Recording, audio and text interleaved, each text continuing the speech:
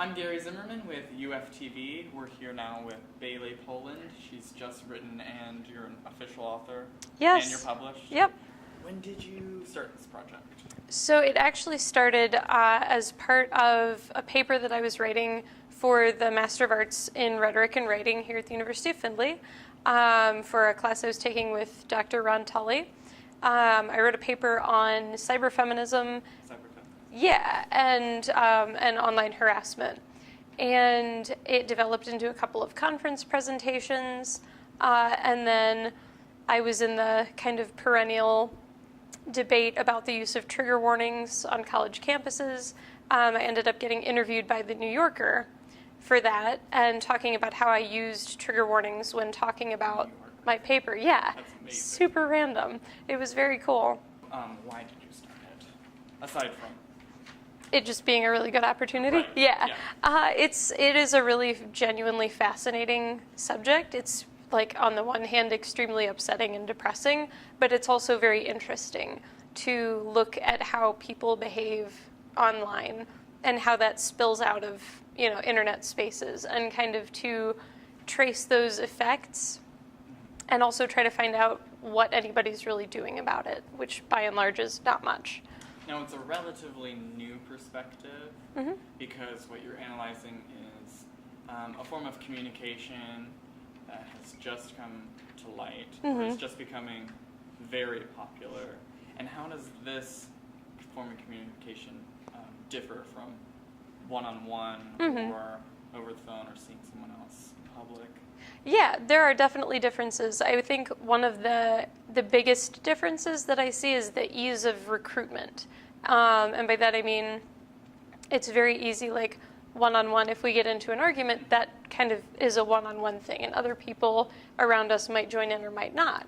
Online, it becomes very easy for one person to get 100 or 300 or 1,000 other people to all attack one person. So essentially, I'm talking to someone, and then suddenly, just because I've spoken to them, mob theory takes control. Exactly. And now 400 people can just come on in Yep. to what was considered something interpersonal. Right, yeah, and that really changes the dynamic very quickly, and it becomes overwhelming very fast to even just process the volume of comments that are coming in. Yeah. Okay, I understand. Yeah, that makes total sense. I would love to write a book. Yeah, right? On this. It's so interesting.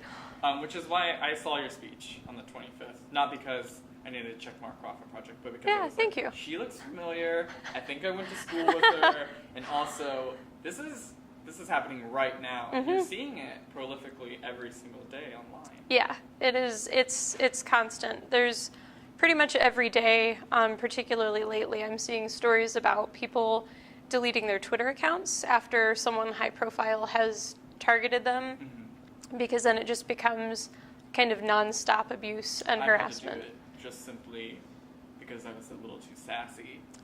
But that was a form of like editing. Because you're putting yourself out there and you need to form a reputation. Sure. But I feel like that's not something that comes into mind when you're dealing with someone who's trolling or starting a flame war, or what are they concerned about?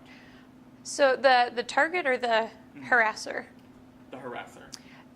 I think generally the goal for them, and this varies widely, but a big one is to be able to harass someone and get away with it without facing any consequences. While also drawing 400 people. Right, exactly. Okay. Who do you find is doing this the most? Engaging in the harassment. Angry white men. Angry white men. Yep. Ages, because this was really surprising. Yeah, so the very common stereotype is like, oh, it's just like angsty teenagers. But honestly, the majority of people doing this are adult men. Many of them are married and have, at least some kind of stable, if not fully satisfying career. By all, kind of outward appearances, you'd just be like, this is sort of a normal everyday guy, but one of his hobbies might be threatening to murder women online. Right. So it's extremely prevalent, and it often comes from sources that we tend to overlook. Okay. I guess that would automatically, when I hear that, I get slightly defensive. I don't know why, but it's just because of what I am. But secondly, I guess I'm just intrigued because the next question inevitably is, well, why? Like, what is drawing them to the screen? And do you think it's addictive at some point? Yes. Like once you get away with the first one, it makes the second one easier? Oh yeah, I think that's Like definitely a factor. easier? Yeah, it's absolutely a factor because so not only are you... I don't know, I just put quotes around target. Yeah, it works. But not only are you getting away with something, but often if you're in that kind of mob scenario, you get into a kind of feedback loop. Okay. And so it becomes a lot of people who've talked about the process of engaging this describe it almost as like getting into that state of flow, like when you're really, really intensely working on something, or when you're gaming and you look up and like 3 hours have gone by and you're like, wow, I don't know where the time went. For some people, that time is spent, sending threats online or like trying to hack into people's email accounts or trying to get them fired from their job, just stuff like that. So it becomes this very immersive experience.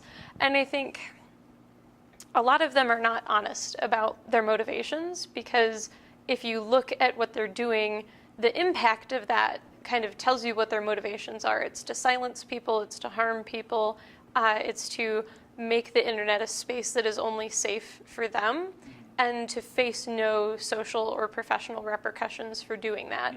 What they'll say is, it's funny, it's a game, it's just the internet. Right. So there's a lot of dishonesty about, I think, even to themselves, so they can justify like continuing to do that because no one would justify like walking up to a person in public and saying, I'm going to murder you and your children. And then more abuse, and then it just kind of like triples. Oh yeah. In a sense. Yeah, I think that's a big part of it. And a lot of people, there's one story I think about all the time because it's really interesting. This woman came on Reddit and she was pregnant. She and her husband had been married for, many years. He had a good job, very, very nice, kind person. And then she finds on his computer that he spends like hours and hours, on Reddit, like telling people they should go kill themselves and just like saying all of these really, really horrible, awful things that she'd never heard him say or even act like in his offline life. And she's like, do I confront him about this? Like, do I stay married to this person? Who is this person that he can do this? And I never knew he had that in him. Right. And so when she confronted him, he described it as a way of relieving stress because he had given himself permission to not see the people he was targeting as real people. He kept doing it. It's actually really interesting because in Intro to Computers, we're just going over, it's a course here at University of Findlay, Intro to Computers. It's a term called technology addiction, which is relatively, it's not new, but now it's becoming more and more of a problem. And I'm starting to see a lot of artists who are making like a stand for this as well, whether they be in literature or photography, where, I can't remember his name. There was this whole cycle of photos about how we engage one another now. That technology is such a large portion Oh, yeah. in our day. Yep. Designating to it. But, how do I describe this? He was taking pictures of family situations and removing the technology and showing the dissonance between the parents and children. And now I'm gaining a sense of maybe technology addiction isn't just singular, but it's starting to affect us in pockets that grow as the technology becomes more popular. Yep. I could definitely see that. And, obviously there are a lot of upsides to having that technology available and the ways it mediates communication and enables that. I guess what I'm saying is, can I work on book number 2? Yes, totally. Yep. Men who are of this age range and have this as a job and then this as an addiction, are they the problem, but they're also the solution? So how do we engage in that? How do they provide a solution? Yeah, so I think part of the problem is not just people who engage in it, like, kind of having that moment of realization that, oh, like, I'm actually hurting people, I should maybe stop. But also men who don't participate in it. A lot of people that I talk to are like, well, I don't do things like that, so I don't need to be involved. Right. And it's like, okay, you've got like step 1 down, like you're not actively threatening people online.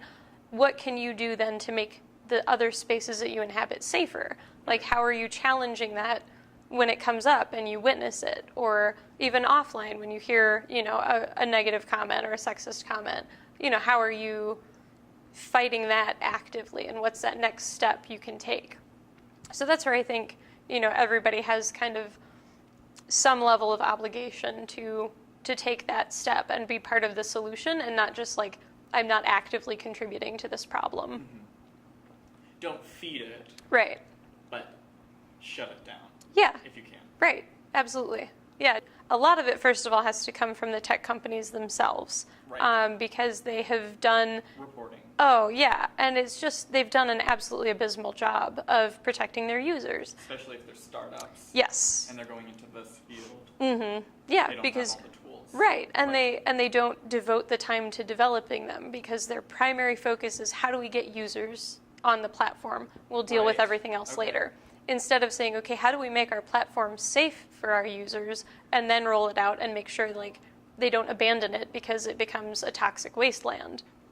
We also need better legal solutions, and I don't. What constitutes harassment? Right. It's Because it does have consequences now. Right? Yes. So we're starting to see some progress on that. Right. Exactly. So we need prison reform first of all, but we also need better legal solutions for activities that can have an essentially irreparable impact on these people's lives. So that's one big area. But even something as simple as like sexual harassment. Right. Most verbal abuse. Yeah. Right. Most statutes around sexual harassment in the workplace require that both people are in the same location when it happens for there to be any kind of legal recourse available, which means that if somebody is sending you inappropriate pictures, you may be able to talk to like your workplace about it, but legally there's nothing you can do. The third big one that I like to bring up is education for people on like really, really basic internet social skills, and like my mind instantly goes to children. Yes. When I think of this it's a huge one because and they're getting younger and younger. Yeah. Hopping on these things. Yep. They're understanding it's now a vital Yeah, tool to it's communicate. absolutely Instagram necessary. is now a vital tool to communicate Right. with another That's person. the impact of that is huge. And if we're not teaching people how to engage respectfully on those platforms, we can't expect that anything is going to change. All right. So, after reading your book, what do you want your reader to take away? Yeah, so I have a couple of goals with the book. The primary one is just to help any reader get a better understanding of what kind of the landscape of harassment is online. The other big one for me is reaching other women who have dealt with the kinds of harassment that I describe, because one of the biggest things that I experienced when I first started really kind of getting any volume of harassment was feeling really isolated. Yeah. And like and the final one, and this is maybe petty, but I want people who engage in this kind of behavior to know that like we're watching them. Oh, right. And we get what you're doing and we see Right. it. It's and not unseen. right, like we see it and we see what you're doing and we see you for what We you have your are. name next to it on Exactly. publications.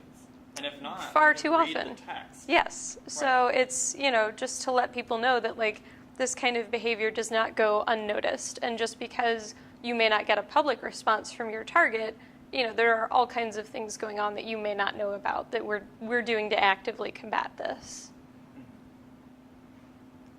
3 actions for someone to enact either after they read the book, right after they see this. What 3 things would you like someone to be able to do? Buy the book. Buy the book. I have to say that one It's first. available on Amazon. It is Amazon, Barnes & Noble through the Barnes. publisher. I love Barnes. Right, it's great. It's so lovely. Yeah. They're great people. They're fun. So the book really is a good resource. And in conjunction with that, I would say check out all of the other books that I reference throughout it. Okay. Because there's some really, really awesome additional works out there that tackle the issue from a number of different angles. A lot of the times, you'll see, oh, so-and-so is getting, piled on. Can we send them nice pictures or something?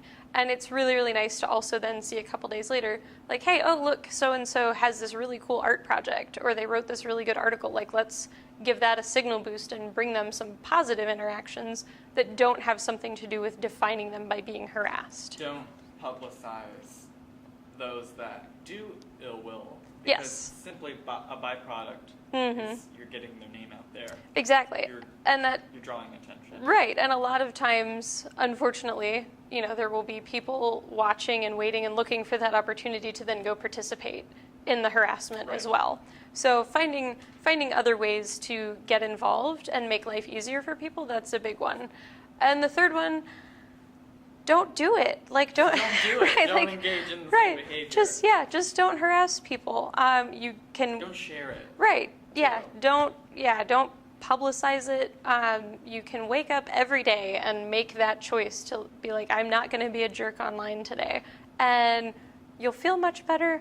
The internet is right. Everybody around you will be happier. It sounds silly, but honestly, the decision to get up every day and just be like, okay, today I am not going to be a jerk, and then not being a jerk makes a huge difference. It does. So it really does. it's really sad that has to be advice, but that's Yeah, it is sad. It's inevitable. Yep. It's true. Well, I'd like to thank you for your time. I was going to have you plug your book again. Would you like to plug your book again? I would be happy to plug the book again. Please buy check it Haters. out. It's a fun, quick read. I promise it's not scary, and it's not nearly as depressing as you might think. Well, thank you. Thank you. This was awesome. You too.